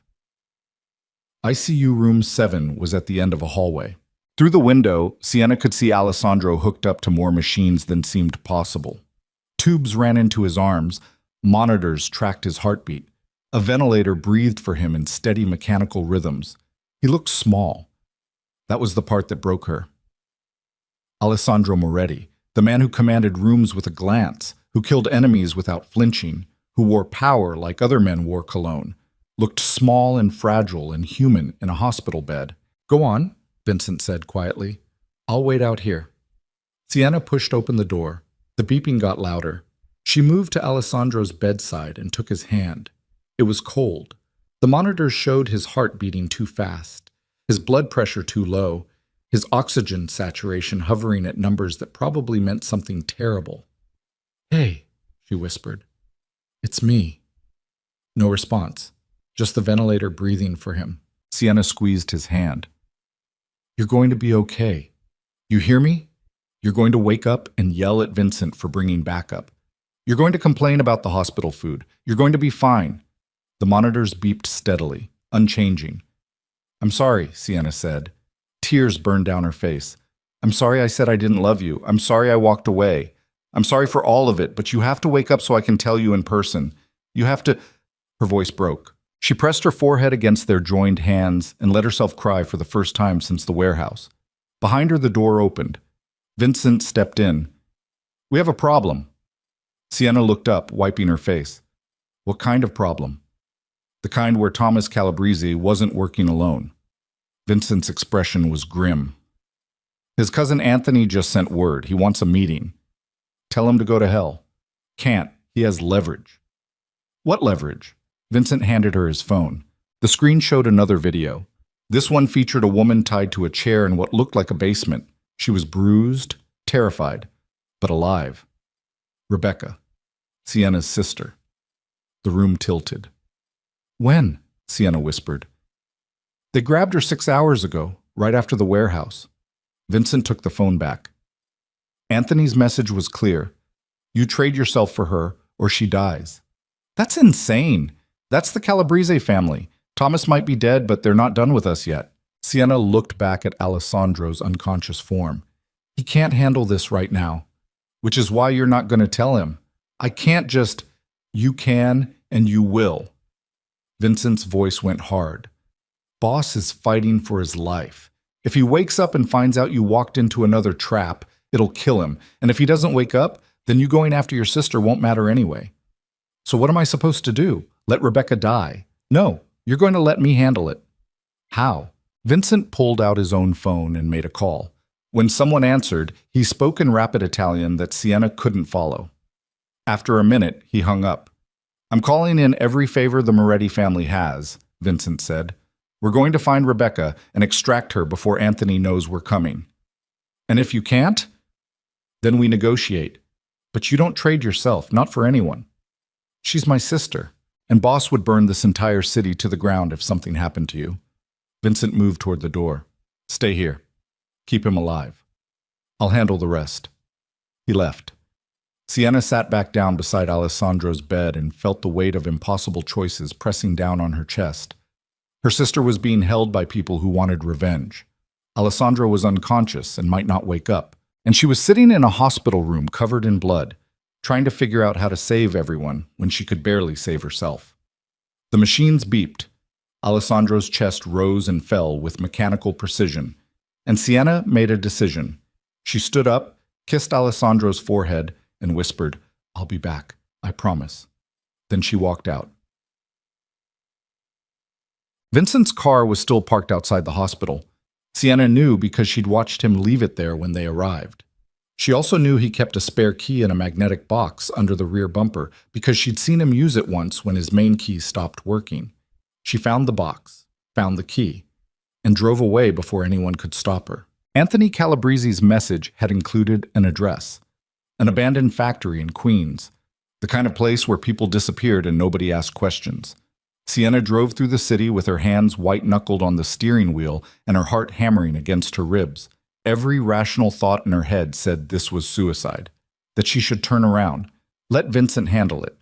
But Rebecca was her sister, the only family she had left, and Sienna had already lost too many people she loved. The factory loomed against the night sky like a gravestone. Broken windows, rusted metal, a parking lot full of weeds and broken glass. Sienna parked and got out. Her legs shook. She forced them steady. The front entrance was unlocked. Inside, the factory floor stretched into darkness, broken only by emergency lights that barely worked. Machinery sat abandoned and rotting. The air tasted like rust and decay. "Hello?" Sienna called. Her voice echoed. Footsteps approached from the darkness. A man stepped into the light. Late 30s, expensive suit that looked wrong in the decrepit surroundings. Dark hair, eyes that evaluated her like a butcher evaluating meat. "Sienna Vale," he said. "You're either very brave or very stupid." "Where's my sister?" "Safe, for now." Anthony Calabrese gestured behind him.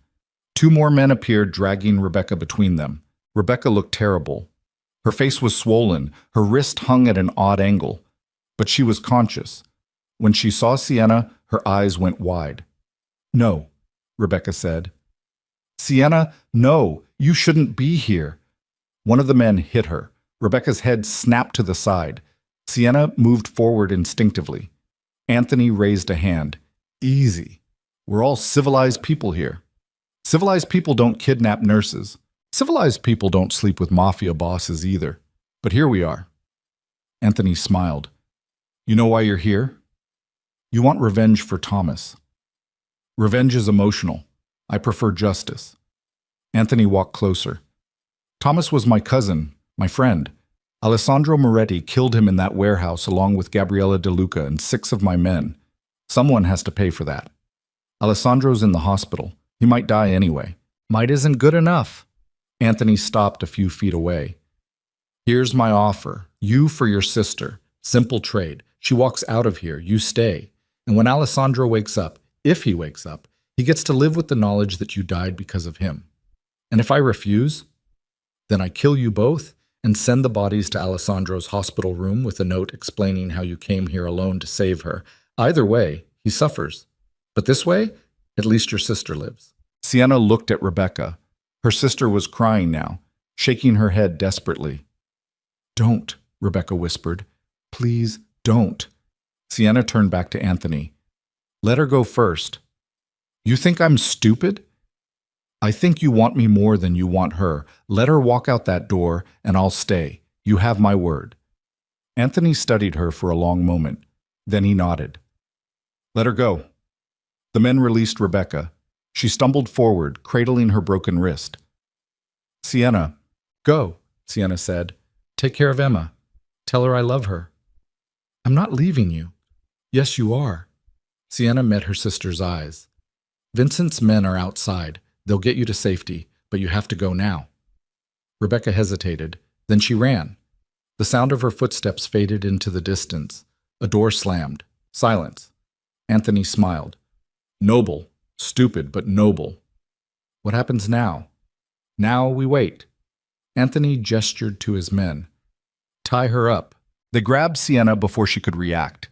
Zip ties cut into her wrists again. They pushed her into a chair and secured her ankles.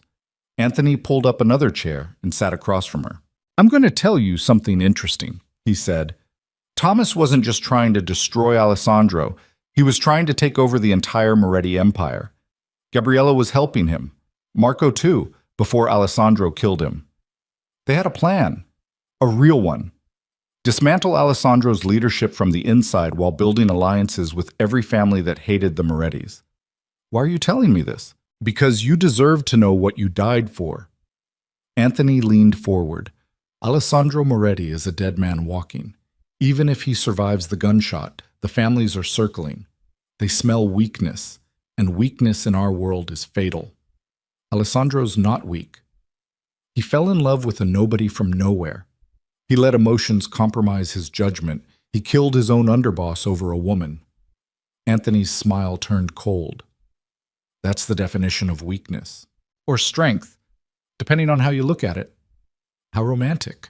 You really believe that? I know Alessandro. He's more dangerous now than he's ever been, because now he has something to protect. Had, Anthony corrected, past tense, because you're about to die. He stood and pulled out a gun. Sienna's heart hammered against her ribs. This was it. This was how it ended. Not in Alessandro's arms. Not after 6 months of pretending turned real. Just tied to a chair in a Queen's factory, waiting for a bullet. Anthony raised the gun. And then the entire building exploded with gunfire. But Alessandro woke up to pain that felt like someone had replaced his lungs with broken glass. The ventilator was gone. He was breathing on his own. Every breath hurt. He tried to sit up, agony ripped through his chest. A nurse appeared. Mr. Moretti, you need to stay down. Where's Sienna? I don't know who... The woman who was here. Where is she? Sir, you just came out of surgery. Alessandro ripped the IV from his arm and swung his legs off the bed. The room spun. He grabbed the bed rail to steady himself. The nurse hit a call button. I need help in here. Where the fuck is Vincent? Alessandro demanded. The door burst open, but it wasn't medical staff. It was one of Alessandro's men, the young one, Paolo. Boss, you shouldn't be... Where's Vincent? Paolo's face went pale. Queens, the old Calabrese factory. Vincent went after the girl's sister and what? Sienna went too. Alone. Before Vincent could stop her. The world narrowed to a single point. Alessandro moved toward the door. Paolo tried to block him. Boss, you can't. Alessandro hit him. Not hard, just enough to move him aside. Then he walked out of the hospital room in a medical gown, with blood seeping through his bandages and murder in his eyes. 2 more of his men were in the hallway. They saw him and moved to help. Get me clothes, Alessandro said. Get me a car. Get me every gun we have. Now. Boss, you're injured. I don't give a fuck. Move. They moved. 10 minutes later, Alessandro was in the back of an SUV wearing someone's too large suit with a Glock in his hand and enough painkillers in his system that he could almost breathe without screaming. The driver looked nervous. Vincent said to keep you at the hospital. Drive or I shoot you and drive myself. The driver drove. Alessandro's phone buzzed. Vincent's name appeared on the screen. Alessandro answered. Where is she? Inside the factory. We're moving into position, but don't wait for me. Go now. Boss, you're in no condition. I'm 10 minutes out. If she's dead when I get there, everyone in that building dies, including you. He hung up. The SUV raced through Queens while Alessandro checked his weapons and tried to ignore the fact that every movement made his chest feel like it was tearing apart. Sienna had walked into a trap. Again. For her sister. Because that's who she was. Someone who sacrificed herself for the people she loved. And Alessandro was going to burn the entire Calabrese family to the ground for making that necessary.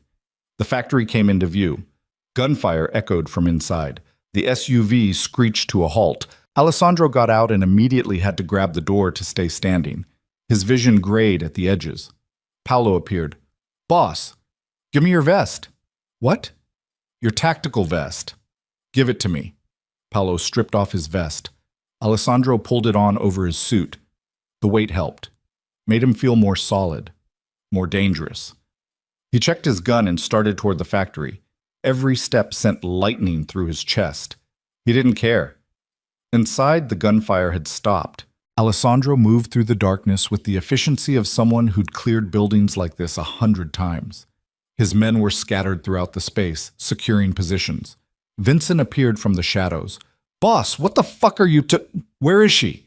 Vincent pointed toward the back of the factory. Alessandro moved that direction. His chest was on fire. Blood soaked through his bandages and probably through his shirt. He was running on adrenaline and fury and nothing else. He turned a corner. Found Sienna tied to a chair in the middle of a room surrounded by dead Calabrese soldiers. And standing behind her with a gun to her head was Anthony Calabrese. Hello, Alessandro, Anthony said. Glad you could join us. Alessandro raised his gun. Let her go. Or what? You'll shoot me? We both know you can't make that shot without risking her. Try me. Anthony pressed the gun harder against Sienna's temple. I don't think so. Sienna's eyes met Alessandro's. She wasn't crying, wasn't begging, just looking at him with an expression that said everything she couldn't say out loud. I love you. I'm sorry. Don't blame yourself. Alessandro's finger tightened on the trigger. His hands were steady despite the blood loss, despite the pain, despite everything. You have 3 seconds to move that gun, Alessandro said. His voice was cold, empty, the voice of the man his father had raised. 3. You're bluffing. 2. Anthony's hand trembled slightly. Alessandro. 1. Alessandro fired. The bullet hit Anthony Calabrese between the eyes. His body dropped. The gun clattered away from Sienna's head. Alessandro's knees buckled. He went down hard, his vision graying completely now. The gun fell from his hand. Vincent was there instantly. Boss, get her out, Alessandro whispered. The last thing he saw before the darkness took him was Sienna's face. Alive, safe, worth dying for. Then nothing. Alessandro woke up in the hospital again. This time, Sienna was there. She sat beside his bed with her hand wrapped around his, her head resting on the mattress, asleep. She looked exhausted. Beautiful. Real. Alessandro tried to speak. His throat was raw. Sienna stirred and looked up. When she saw his eyes open, her entire face transformed. You're awake, she whispered. How long? 2 days. You coded twice. They didn't think you'd... Her voice broke. You shouldn't have left the hospital. You shouldn't have gone to that factory. Rebecca is safe. Vincent got her to a secure location. She's fine. Alessandro squeezed her hand. You almost died. So did you. Again. I'm harder to kill than I look. Sienna laughed. It came out wet and broken. Don't ever do that again. Which part? Getting shot or saving you? Any of it. Alessandro pulled her closer. She climbed carefully onto the bed beside him, mindful of his injuries and all the machines still keeping him alive. I meant what I said in the warehouse, Sienna whispered against his chest. I love you. The contract doesn't matter. The money doesn't matter. I'm not leaving. You should. Too bad. Alessandro's arm tightened around her. The families are going to come after us, after you. This isn't over. I know. You could still walk away, take the money, disappear. Be safe. I don't want safe. I want you. Alessandro was quiet for a long moment. Then he said, The Calabrese family is finished. Thomas, Anthony, Gabriella, all dead. That's 3 major families gone. The power vacuum is going to cause chaos. So what do we do? We survive it, together. Alessandro looked down at her. No more contracts, no more fake engagements. This is real now. It's been real for months. I know. Sienna lifted her head to look at him. So what happens next? Alessandro's hand came up to cup her face. Next, he said, I marry you. For real this time. Not for optics, not for strategy. Because I love you, and I'm done pretending I don't. Sienna's eyes filled with tears. That's the worst proposal I've ever heard. You haven't heard that many proposals. Still the worst. Is that a yes? Sienna kissed him, carefully, gently, like he might break. Yes, she whispered against his mouth. You stubborn, violent, impossible man. Yes. Outside the hospital room, Vincent stood guard with a slight smile on his face. The war wasn't over. The families were still circling. The empire was still fractured. But for the first time in 8 years, Vincent thought maybe Alessandro Moretti had found something worth fighting for that wasn't built on blood and fear. And maybe that would be enough. Alessandro spent another week in the hospital before the doctors reluctantly cleared him to leave. Even then, he wasn't supposed to be working. He was supposed to be resting, recovering, learning how to breathe without feeling like someone had filled his chest with broken glass. Instead, he held his first family meeting 3 days after getting discharged. The meeting happened in the penthouse. Neutral ground, safe ground. The kind of place where Alessandro could control every entrance and exit and make sure nobody walked out alive if they tried something stupid. 12 capos sat around the black marble conference table. Old men, mostly. The ones who'd served under Alessandro's father. The ones who'd questioned Alessandro's leadership since the day he inherited the empire at 23. The ones who'd been waiting for him to show weakness, and Alessandro had given them plenty. Marco's betrayal, the warehouse shootout, getting shot, nearly dying, twice. The whole situation with Sienna, it all added up to a leader who looked vulnerable. And in the Mafia, vulnerability was a death sentence. Alessandro sat at the head of the table with Sienna beside him, not behind him, not in another room, right there where everyone could see her. Vincent stood near the door with 2 armed guards. The room smelled like expensive cologne and old violence. Nobody spoke for a long moment. Finally, one of the older capos, Salvatore, a man who'd been with the family for 40 years, cleared his throat. We're glad you're alive, Alessandro, Salvatore said. His tone was respectful, but his eyes were calculating. But we need to discuss the state of the organization. Discuss, Alessandro said. The Calabrese family is gone. The De Lucas are gone. Marco's dead. That's 3 major power structures eliminated in under 2 months. Salvatore leaned forward. The other families are watching, waiting to see if we're weak enough to take down. Are we? That depends on you. Alessandro's expression didn't change. Say what you mean, Salvatore. You've been distracted, emotional, making decisions based on personal feelings rather than strategic advantage. Salvatore glanced at Sienna.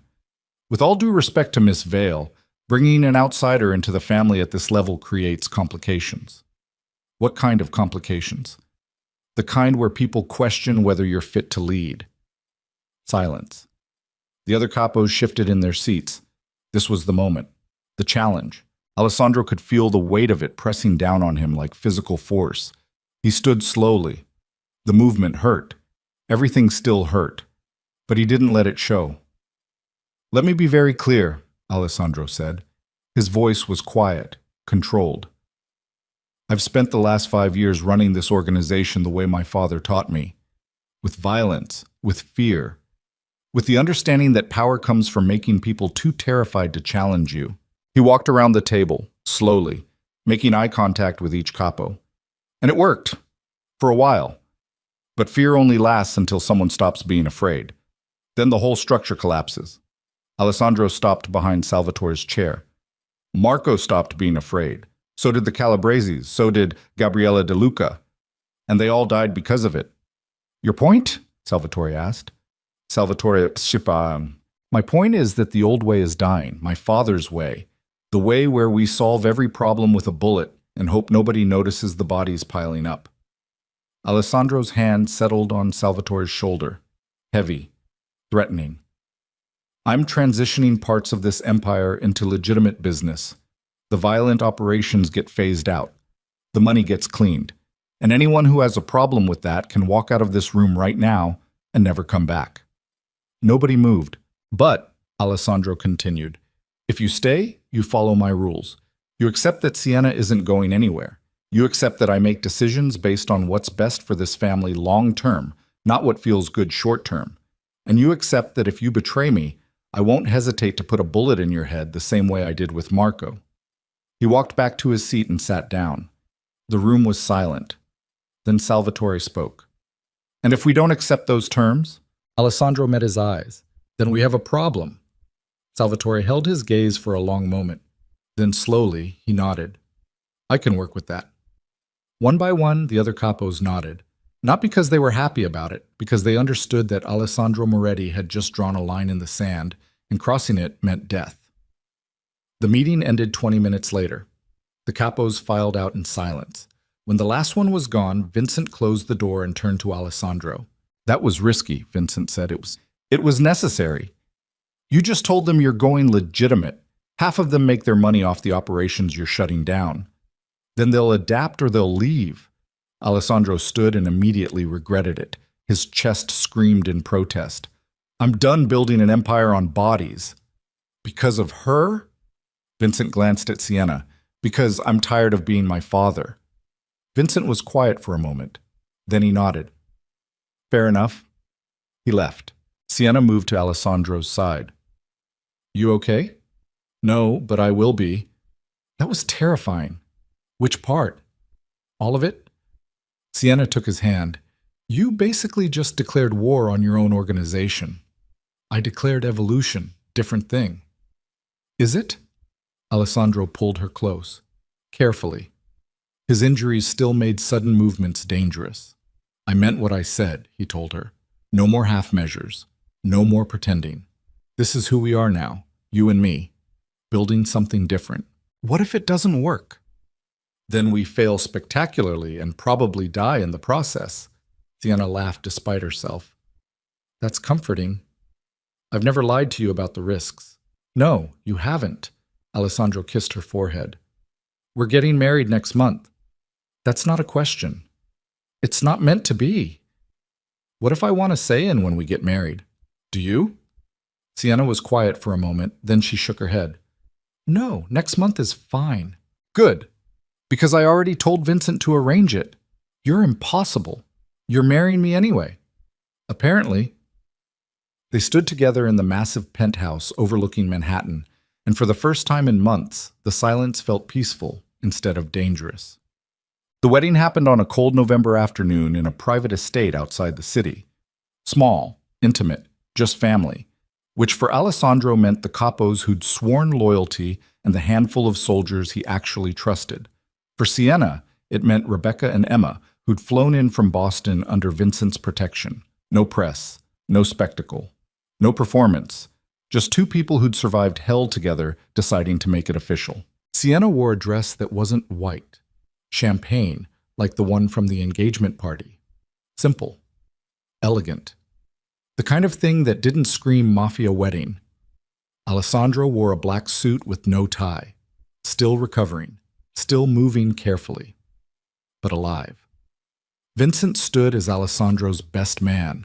Rebecca stood beside Sienna, her broken wrist still in a cast, tears already streaming down her face. The officiant was a judge Alessandro had on payroll. The ceremony lasted 10 minutes. No religious elements, no grand speeches, just the legal words that made them husband and wife under state law. When the judge said Alessandro could kiss his bride, he did, slowly, carefully, like Sienna might break. She didn't break. She kissed him back with everything she had. The small crowd applauded. Emma cheered loudly from the front row, and for just a moment, it felt like a normal wedding, like two normal people starting a normal life. The illusion lasted until the reception, when one of Alessandro's soldiers pulled Vincent aside with news that made his expression go dark. Vincent crossed to Alessandro and whispered something in his ear. Alessandro's jaw tightened. He excused himself from the head table. Sienna followed. What's wrong? Nothing that can't wait until tomorrow. Alessandro. He stopped and turned to face her. They were in a hallway away from the reception, alone. The Marchetti family just sent word, Alessandro said. They want to meet, discuss terms for a truce. That's good, right? In our world, a truce usually means someone's planning to break it. Alessandro's hand came up to touch her face. But that's a problem for tomorrow. Today is ours. You sure? No, but I'm choosing to believe it anyway. They went back to the reception. Sienna danced with her new husband while his soldiers watched the perimeter, and Rebecca kept Emma distracted with cake. It wasn't perfect. It wasn't safe. But it was real. And after everything they'd survived, real was enough. The meeting with the Marchetti family happened a week later. Alessandro brought Vincent and 4 armed guards. They met in a restaurant the Marchettis owned. Neutral ground, public enough that a shootout would bring police immediately. The Marchetti boss was a man named Luca, mid-50s, gray hair, sharp eyes. The kind of man who'd built his empire slowly and carefully over decades. They sat across from each other at a table in a private back room. Congratulations on your marriage, Luca said. Thank you. I heard it was beautiful, small, intimate. Luca sipped his wine. Not like the old days when weddings were about showing power. Times change. They do. Luca set down his glass. Which brings me to why we're here. I've been watching you, Alessandro. Watching how you've been running things since your father died. And I think you're making a mistake. Which mistake? Going legitimate. Cleaning the money. Shutting down operations. Luca leaned forward. You're weakening the family. Or I'm strengthening it. Depends on your perspective. The other families don't see it that way. They see a young boss who's gone soft, who's letting a woman influence his decisions. Alessandro's expression went cold. Careful. I'm not insulting your wife. I'm stating facts. Luca's tone stayed calm. The traditionalists are angry. They think you're betraying everything our fathers built. And angry traditionalists make moves. Let them try. They will, soon. Luca pulled out a folder and slid it across the table. These are the names of 6 capos from different families who are planning a coordinated hit. They're going to come after you all at once, overwhelm your defenses, kill you and anyone close to you. Alessandro opened the folder, read the names, recognized 3 of them. Why are you telling me this? Alessandro asked. Because I don't want a war. Wars are expensive. They bring law enforcement. They destabilize territories. Luca's eyes were steady. I'm offering you a choice. Join with me. Combine our families. Create something strong enough that the traditionalists won't dare challenge it. And if I refuse, then you fight them alone, and you probably die. Luca stood. Think about it. You have 72 hours before they make their move. He left. Alessandro sat alone in the back room with the folder in his hands and Vincent standing silently nearby. What do you think? Alessandro asked. I think Luca's right about the threat. I've been hearing rumors. The families are organizing. But, but allying with Marchetti means giving up independence, sharing power. Your father would never have done it. My father's dead because he refused to adapt. Alessandro closed the folder. Set up a meeting with Luca, private, just him and me. You're actually considering this? I'm considering survival. There's a difference. Vincent nodded and pulled out his phone to make the call. Alessandro leaned back in his chair and thought about Sienna waiting for him at home. About the life they were trying to build, about whether any of it mattered if he was dead. The private meeting with Luca happened at midnight in an empty parking garage. Just the two of them. No guards, no weapons. The kind of meeting where, if something went wrong, nobody would ever find the bodies. Luca arrived in a black sedan and got out alone. Alessandro stepped out of his own car. They met in the middle of the empty space. You came, Luca said. You made a compelling argument. Does that mean you're accepting my offer? It means I want to understand it better. Alessandro's eyes were hard. You want to combine families, share territory, create a united front. But what's the real play here? The real play is survival. The world is changing, Alessandro. Law enforcement is getting smarter. Technology is making it harder to hide. The old ways are dying. Luca's expression was serious. We either adapt together or we die separately. And you think I'm the right partner for that? I think you're the only one smart enough to see it coming. The others are still fighting yesterday's wars. You're trying to build tomorrow's empire. Alessandro was quiet for a moment. Then he said, I'll work with you, but not as equals. I keep control of my territories, my operations, my people. We coordinate. We support each other. But the Moretti family stays independent. That's not what I offered. It's what I'm offering back. Take it or leave it. Luca studied him. You're more like your father than you think. My father would have shot you and taken your territories by force. True. Luca smiled slightly. All right, we coordinate, stay independent. But if the traditionalists come after either of us, we fight together. Agreed. They shook hands. One more thing, Luca said. Your wife, keep her safe. The people planning this hit will go after her to hurt you. I know. Do you? Because from what I've seen, you're in love with her, and love makes men stupid. Alessandro's expression went dangerous. She's protected. Protected isn't enough. You need to make her invisible. Send her somewhere they can't find her. She won't go. Then you're going to have to make her. Luca walked back to his car. The hit happens in 60 hours. Be ready. He drove away. Alessandro stood alone in the parking garage and pulled out his phone. He called Vincent. Activate the safe house protocols. Get Sienna out of the city tonight. She's not going to like that. I don't care. Do it anyway. He hung up and drove back to the penthouse. Yichim. Sienna was waiting when Alessandro walked in. She took one look at his face and knew something was wrong. What happened? She asked. We need to talk. They sat in the living room. Alessandro poured himself a drink and then told her everything, the meeting with Luca, the planned hit, the 60-hour timeline. When he finished, Sienna was quiet for a long moment. Then she said, You want me to leave? I want you safe. Same thing. Sienna? No. She stood. I'm not running again. I'm not hiding while you fight a war. This isn't up for debate. Yes, it is. I'm your wife now, not your employee. You don't get to give me orders. Alessandro stood too. If you stay, you die. Is that what you want? If I leave and you die, I'll never forgive myself.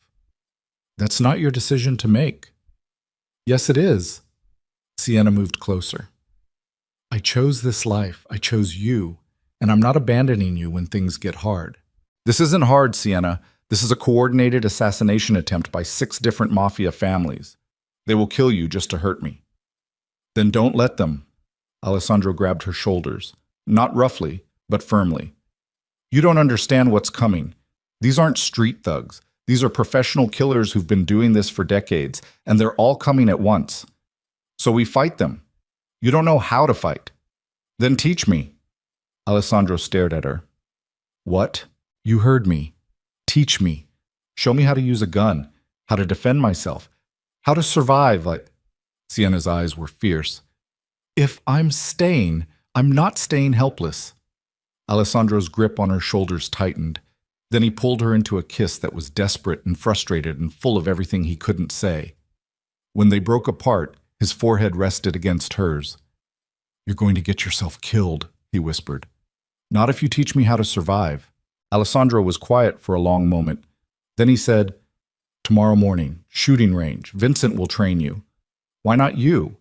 "Because if I'm teaching you how to shoot people, I won't be able to focus on keeping us both alive." Sienna nodded. "Okay. And if things go bad, if they get past our defenses, you run. You don't try to fight. You don't try to save me. You run, and you don't look back. Understood?" "Alessandro, promise me." Sienna looked into his eyes and saw the fear beneath the command. "I promise," she lied. Alessandro knew she was lying, but he didn't call her on it, because in 60 hours, lying wouldn't matter anymore. The next 48 hours were a controlled chaos of preparation. Vincent trained Sienna on weapons handling, how to hold a gun, how to aim, how to fire without flinching. She wasn't good, but she wasn't helpless either. Alessandro fortified the penthouse, armed guards on every floor, surveillance cameras everywhere, escape routes mapped and tested. The building became a fortress. On the morning of the 60th hour, Alessandro woke up before dawn with Sienna asleep beside him. He watched her breathe for a few minutes, memorized her face, just in case. Then he got up and started getting ready. By the time Sienna woke up, Alessandro was fully dressed in tactical gear with enough weapons to fight a small war. "It's today," Sienna said. Not a question. "It's today." She got dressed. Vincent had provided her with body armor that fit, a gun she'd practiced with, instructions to stay in the panic room unless absolutely necessary. Alessandro pulled her close one more time. "I love you," he said. "I love you too. If something happens, nothing's going to happen. If it does, there's money in an offshore account. Vincent has the details. You'll be taken care of." "I don't want money. I want you." Alessandro kissed her, hard, like it might be the last time. Then he let her go. The attack came at noon, 3 simultaneous entry points. The front entrance, the service elevator, the emergency stairwell. 15 men total, all professionals, all armed with military-grade weapons. The building erupted in gunfire. Alessandro's guards fought back from fortified positions. The penthouse turned into a war zone. Sienna stayed in the panic room like she'd been told. She could hear everything through the speakers. Gunshots, shouting, explosions that shook the walls. Alessandro's voice came through her earpiece, calm, controlled, giving orders. "Vincent, they're pushing through the south corridor." "Got it, boss!" More gunfire. Sienna gripped her gun with shaking hands and waited. The panic room door had 4 locks. Steel reinforcement. It was supposed to be impenetrable, but supposed to and actually were 2 different things. 20 minutes into the firefight, Sienna heard something outside the door. Footsteps. Heavy. Deliberate. Someone testing the locks. She raised her gun. Her hand shook. The first lock broke. Then the second. Alessandro's voice crackled in her ear. "Sienna, report." "Someone's at the panic room," she whispered. "Vincent, get to her position." "Can't, boss, I'm pinned." The third lock broke. Sienna backed against the far wall. The fourth lock broke. The door opened. A man stepped inside. 40s, professional, gun raised. He saw Sienna and smiled. "There you are." Sienna fired. The shot went wide. The man laughed and started to raise his weapon. Another gunshot. The man's head snapped back. He dropped. Alessandro stepped over the body into the panic room, blood on his face, breathing hard but alive. "You okay?" he asked. Sienna nodded. She couldn't speak. Alessandro pulled her against him. "It's over. We got them all." "All of them?" "Every single one." Sienna started shaking. Alessandro held her while she came apart. Outside the panic room, the penthouse was destroyed. Bodies everywhere, bullet holes in the walls, blood on the marble floors. But they'd survived. Vincent appeared in the doorway. He was bleeding from a shoulder wound, but standing. "We need to move," Vincent said. "Police are coming. So is the cleanup crew." Alessandro nodded. They left the penthouse and didn't look back.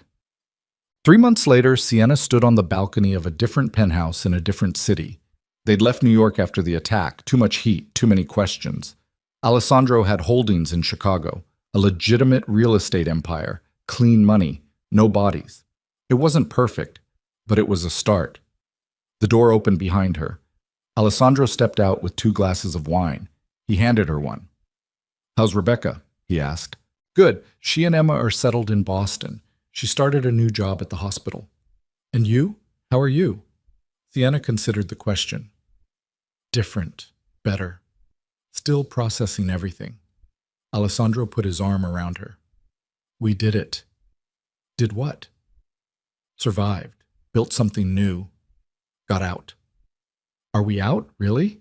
"As out as people like us ever get." Alessandro looked at the city spread out below them. "The families know not to come after us. Luca's handling things in New York, and we're building something legitimate here. No more violence?" "I didn't say that, just less of it." He smiled slightly. "I'm still me, Sienna. I'm just choosing different battles." Sienna leaned against him. "I can live with that." They stood together watching the sun set over Chicago. It wasn't the fairy tale ending.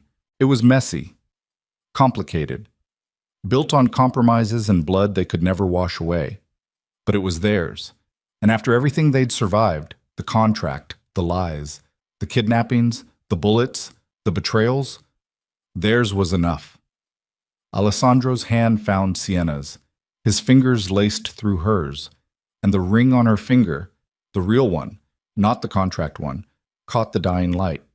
Somewhere in the distance, the city roared with life.